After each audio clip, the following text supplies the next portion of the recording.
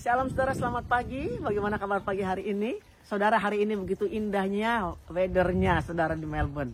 Selamat pagi saudara. Saudara, kita baca 3 ayat saja dari 1 Petrus 1 ayat 13 sampai 16. Demikian firman Tuhan.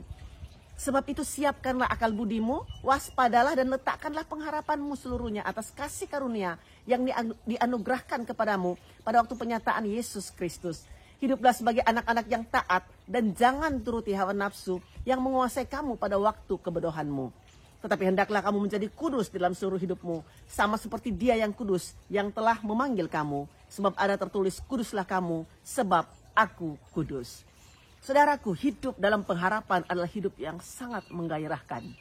Pengharapan yang dimaksudkan oleh Petrus ini adalah hidup kita yang berkualitas ini hanya dapat dinikmati oleh orang lain. Tentunya juga Tuhan, saudara, dan juga diri kita sendiri. Kalau kita hidup dalam kekudusan.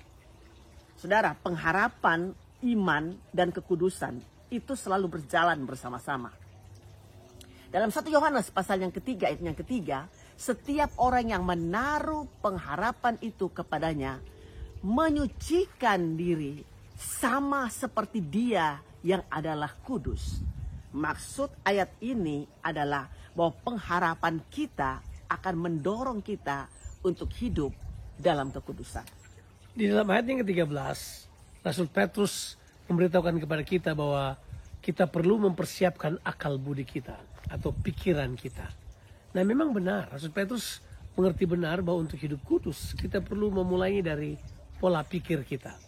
Nah, pola pikir seperti apa ini akan menuntun kita dalam kekudusan?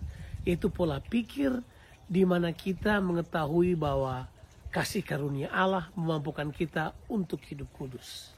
Pola pikir itu yang harus kita miliki. Karena begini, pada dasarnya kita tidak bisa hidup kudus dari kemampuan kita sendiri. Tidak bisa. Kita nggak mampu hidup kudus dari kemampuan kita sendiri. Makanya Tuhan yang tahu itu, Dia empower. Dia memberikan kepada kita kasih karunia yang memampukan kita untuk dapat hidup kudus. Nah, pola pikir ini yang kita harus terima supaya kita tidak berupaya untuk hidup kudus dengan cara agama, dengan melakukan ini atau melakukan itu, tapi memulai dengan pola pikir yang kita letakkan kepada pengharapan di dalam kasih karunia Tuhan. Saudara, kalau pola pikir kita dikuasai oleh pengharapan, maka kita akan hidup di dalam ketaatan dan kekudusan. Karena saudara, Tuhan kita adalah Tuhan yang kudus adanya. Apa yang kita harapkan akan mempengaruhi pola hidup kita sekarang. Dan pola hidup kita adalah ketaatan. Jadikan ketaatan sebagai pola hidup dan bukan suatu keterpaksaan. Kalau kita sudah punya pola pikir yang seperti itu, kemudian kita telah di-empower oleh Roh Kudus, maka ketaatan kepada Tuhan adalah ketaatan yang muncul karena kasih. Bukan ketaatan karena terpaksa. Ketaatan hanya karena hukum demi hukum yang harus kita ikuti. Hidup dalam hukum adalah hal yang baik. Tapi kita perlu kasih karunia yang memampukan kita untuk hidup dalam hukum-hukum Tuhan. Sehingga ketaatan kita adalah ketaatan karena rela, karena kasih. Dengan sukacita. Karena ketaatan itu harus sukacita, harus total, dan harus segera. Kita harus mentaati kehendak Tuhan dalam kehidupan ini. Saudara, tidak sukar untuk kita hidup dalam ketaatan dan dalam kekudusan.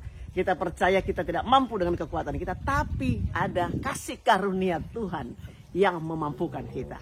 Oleh sebab itu, selamat masuki hari yang baru, saudaraku, dengan hati yang penuh dengan ketaatan dan juga dengan pandangan kita, dan kita menghidupi hidup di dalam kekudusan Tuhan sendiri. Tuhan Yesus memberkati saudara.